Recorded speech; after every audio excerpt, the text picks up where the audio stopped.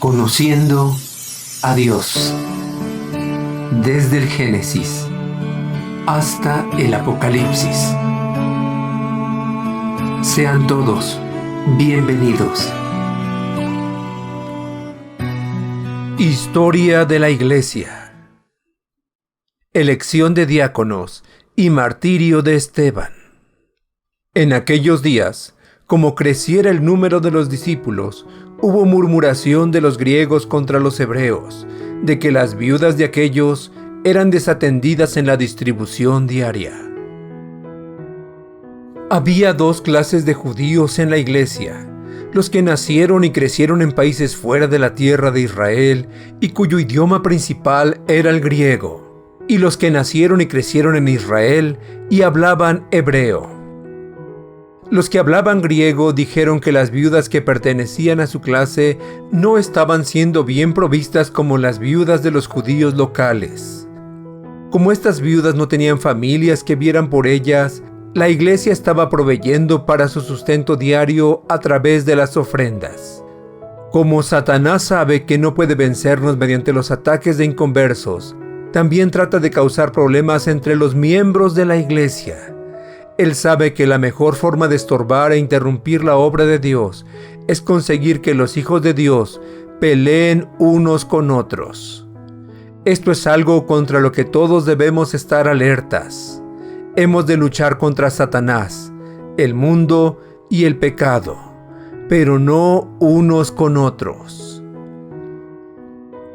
Entonces los 12 convocaron a la multitud de los discípulos y dijeron: «No es justo que nosotros dejemos la palabra de Dios para servir a las mesas».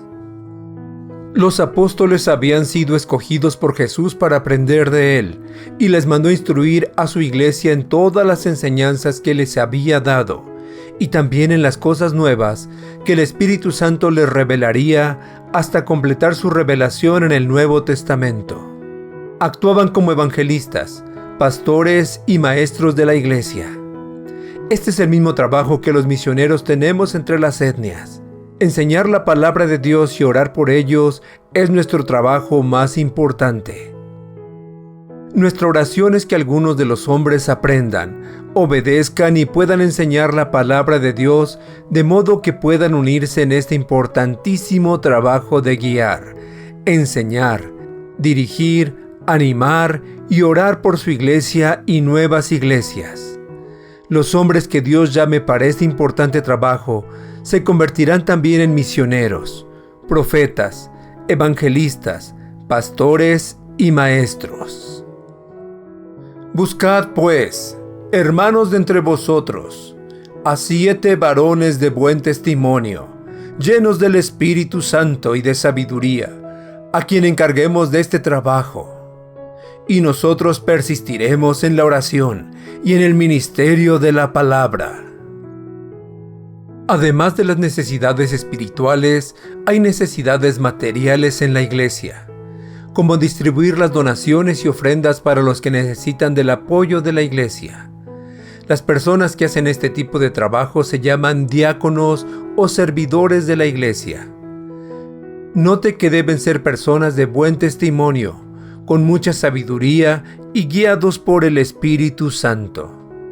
Cuando planeamos dar a alguien la responsabilidad de un trabajo en particular en la iglesia, necesitamos observar si hay alguien que ya esté haciéndolo y considerar si es el adecuado para esa labor, o si otro ha mostrado por su vida que él es a quien el Señor quiere para hacer esa tarea particular.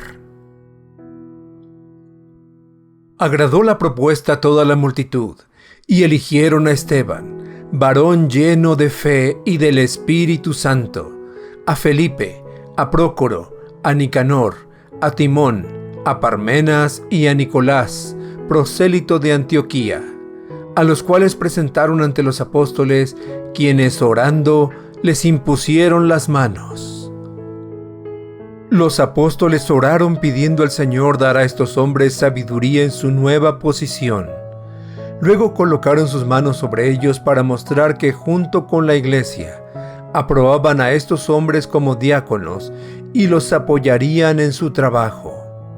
La mayoría de ellos eran judíos de habla griega. Y crecía la palabra del Señor, y el número de los discípulos se multiplicaba grandemente en Jerusalén. También muchos de los sacerdotes obedecían a la fe. Y Esteban, lleno de gracia y de poder, hacía grandes prodigios y señales entre el pueblo. Uno de estos diáconos escogidos para servir en la administración de la iglesia se llamaba Esteban. Él no solo ayudaba a distribuir la comida a las viudas en la iglesia, sino que también enseñaba la palabra de Dios a los inconversos. Era un hombre que realmente confiaba en Dios para todo. Por lo tanto, el Espíritu Santo pudo usarlo para mostrar el poder de Dios al mundo incrédulo. Entonces se levantaron unos de la sinagoga llamada de los libertos, y de los de Cirene, de Alejandría, de Cilicia y de Asia, disputando con Esteban, pero no podían resistir a la sabiduría y al espíritu con que hablaba. A Esteban se le opusieron hombres de una sinagoga asistida por judíos, que al igual que él habían nacido en países fuera de la tierra de Israel, que alguna vez fueron esclavos y que ahora eran hombres libres. Satanás siempre buscará cómo obstaculizar la obra de Dios. Nuestra lucha no es contra las personas, sino contra las fuerzas espirituales de maldad. Entonces, sobornaron a unos para que dijesen que le habían oído hablar palabras blasfemas contra Moisés y contra Dios. Solivantaron al pueblo, a los ancianos y a los escribas, y arremetiendo le arrebataron, y le trajeron al concilio. Y pusieron testigos falsos que decían: Este hombre no cesa de hablar palabras blasfemas contra este lugar santo y contra la ley, pues le hemos oído decir que este Jesús de Nazaret destruirá este lugar y cambiará las costumbres que nos dio Moisés. Entonces, todos los que estaban sentados en el concilio, al fijar los ojos en él, vieron su rostro como el rostro de un ángel. El sumo sacerdote dijo entonces: ¿Es esto así? Y él dijo: Varones hermanos y padres, oíd. El Dios de la gloria apareció a nuestro padre Abraham, estando en Mesopotamia, antes que morase en Harán, y le dijo: Sal de tu tierra y de tu parentela, y ven a la tierra que yo te mostraré. Esteban, guiado por el Espíritu Santo, le recordó el origen del pueblo de Israel, por medio de un hombre pagano de Mesopotamia, llamado Abraham.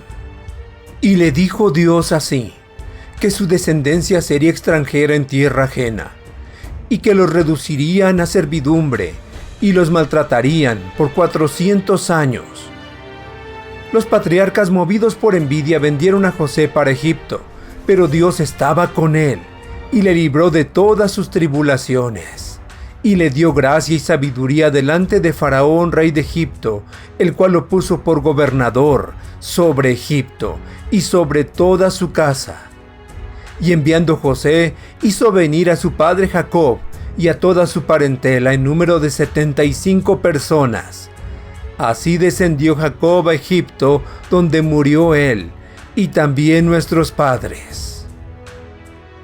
Dios prosperó a Abraham, su hijo Isaac, y su nieto Jacob, y los multiplicó, formando un gran pueblo, que por invitación del rey fue a vivir a Egipto, guiados por el segundo hombre más importante del reino, su bisnieto José. Pero cuando se acercaba el tiempo de la promesa que Dios había jurado a Abraham, el pueblo creció y se multiplicó en Egipto, hasta que se levantó en Egipto otro rey que no conocía a José. En aquel mismo tiempo nació Moisés, y fue agradable a Dios, y fue criado 3 meses en casa de su padre. Pero siendo expuesto a la muerte, la hija de Faraón le recogió y le crió como a hijo suyo. Cuando hubo cumplido la edad de 40 años, le vino al corazón el visitar a sus hermanos, los hijos de Israel. Y al ver a uno que era maltratado, lo defendió, e hiriendo al egipcio, vengó al oprimido. Y al día siguiente se presentó a unos de ellos que reñían, y los ponía en paz, diciendo: varones hermanos sois, ¿por qué os maltratáis el uno al otro? Entonces el que maltrataba a su prójimo le rechazó, diciendo: ¿quién te ha puesto por gobernante y juez sobre nosotros?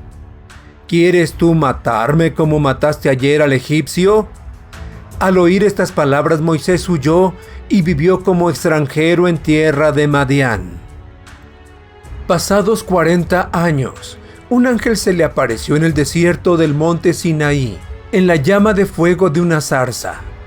Entonces Moisés, mirando, se maravilló de la visión, y acercándose para observar, vino a él la voz del Señor: yo soy el Dios de tus padres, el Dios de Abraham, el Dios de Isaac y el Dios de Jacob. Ciertamente he visto la aflicción de mi pueblo que está en Egipto, y he oído su gemido, y he descendido para librarlos. Ahora pues, ven, te enviaré a Egipto. Este los sacó, habiendo hecho prodigios y señales en tierra de Egipto, y en el mar Rojo, y en el desierto por 40 años. Este Moisés es el que dijo a los hijos de Israel: profeta os levantará el Señor vuestro Dios de entre vuestros hermanos, como a mí. A él oiréis. Aunque Dios había permitido su esclavitud, levantó a Moisés para liberar a su pueblo. Él fue el gran líder que guió a Israel por 40 años en el desierto, y habló de Jesús como el profeta que Dios enviaría, y sería el Mesías al que deberían oír. Tuvieron nuestros padres el tabernáculo del testimonio en el desierto, como había ordenado Dios cuando dijo a Moisés que lo hiciese conforme al modelo que había visto, el cual, recibido a su vez por nuestros padres, lo introdujeron con Josué al tomar posesión de la tierra de los gentiles, a los cuales Dios arrojó de la presencia de nuestros padres, hasta los días de David. Este halló gracia delante de Dios, y pidió proveer tabernáculo para el Dios de Jacob. Mas Salomón le edificó casa. Si bien el Altísimo no habita en templos hechos de mano, como dice el profeta: el cielo es mi trono, y la tierra el estrado de mis pies. ¿Qué casa me edificaréis?, dice el Señor. ¿O cuál es el lugar de mi reposo? ¿No hizo mi mano todas estas cosas? Dios mandó hacer el tabernáculo en el desierto, y posteriormente el templo donde les prometió su presencia, aunque Dios realmente lo llena todo. El cielo es como su trono, y toda la tierra apenas es el lugar donde Él reclina sus pies. Oyendo estas cosas, se enfurecían en sus corazones, y crujían los dientes contra Él. Duros de cerviz, e incircuncisos de corazón y de oídos. Vosotros resistís siempre al Espíritu Santo. Como vuestros padres, así también vosotros. ¿A cuál de los profetas no persiguieron vuestros padres? Y mataron a los que anunciaron de antemano la venida del justo, de quien vosotros ahora habéis sido entregadores y matadores. Vosotros que recibisteis la ley por disposición de ángeles, y no la guardasteis. Jesús había dado fin al antiguo pacto, realizando el último y perfecto sacrificio por los pecados. Así que no había más necesidad del templo y sus sacrificios.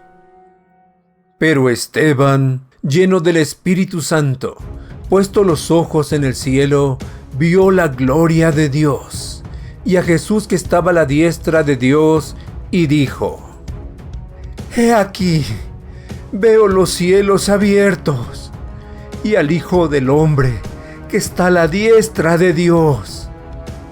Entonces ellos, dando grandes voces, se taparon los oídos y arremetieron a una contra él. Y echándole fuera de la ciudad, le apedrearon. Y los testigos pusieron sus ropas a los pies de un joven que se llamaba Saulo. Y apedreaban a Esteban, mientras él invocaba y decía: Señor Jesús, recibe mi espíritu. Antes de que Esteban muriera, vio al Señor Jesús de pie a la derecha de su Padre. Jesús sabía que Esteban iba a ser asesinado y estaba esperando que dejara su cuerpo y su alma fuera a vivir con él en el cielo. Aunque al morir no veamos al Señor Jesús de pie a la derecha de su Padre como lo vio Esteban, sin embargo sabemos que el Señor Jesús ama a cada uno de sus hijos, tanto como amó a Esteban. Así como esperó y dio la bienvenida a Esteban en el cielo, también espera y dará la bienvenida a cada uno de nosotros, sus hijos. Y puesto de rodillas, clamó a gran voz: Señor, no les tomes en cuenta este pecado. Y habiendo dicho esto, durmió. Jesús dijo: El que cree en mí, aunque esté muerto, vivirá. Tan cierto es que cuando fallece un hijo de Dios, no se dice murió, sino durmió. El joven que resguardó las ropas de los que apedrearon a Esteban se llamaba Saulo. Conoceremos mucho más de él en los siguientes capítulos. Esta historia continuará. Preguntas. Pregunta número 1. Cuando Satanás no puede estorbar a la iglesia a través de los ataques de inconversos, ¿cuál es una de sus formas principales de perturbar la obra del Señor?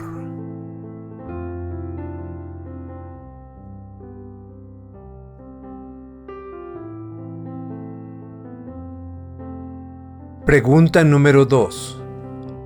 ¿Por qué los apóstoles no tomaron la responsabilidad de ver que todas las viudas recibieran una porción igual?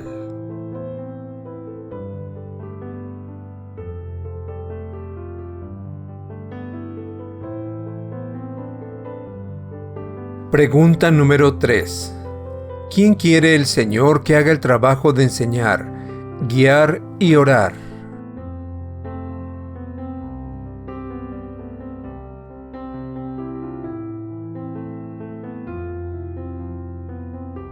Pregunta número 4. ¿Cuál era el nombre de aquellos que se encargarían de distribuir los alimentos y ofrendas?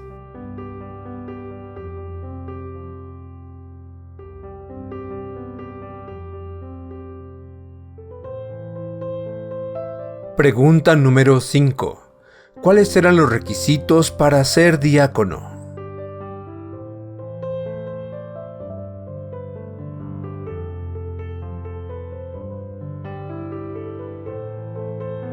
Pregunta número 6.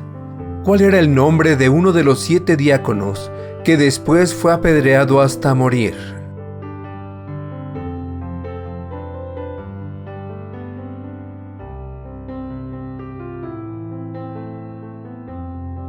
Pregunta número 7.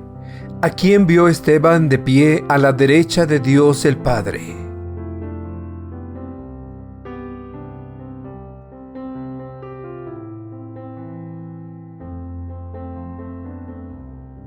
Pregunta número 8. ¿Por qué al fallecer un cristiano se dice durmió y no murió?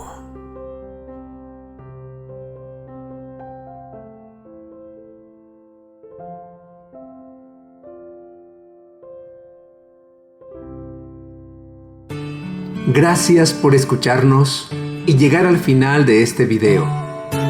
Si ha sido de ayuda para tu vida, compártelo con otros. No olvides darle pulgar arriba y suscribirte para ver toda la serie. Se despide tu amigo, el Dr. Antonio Álvarez, y te espero en el próximo video.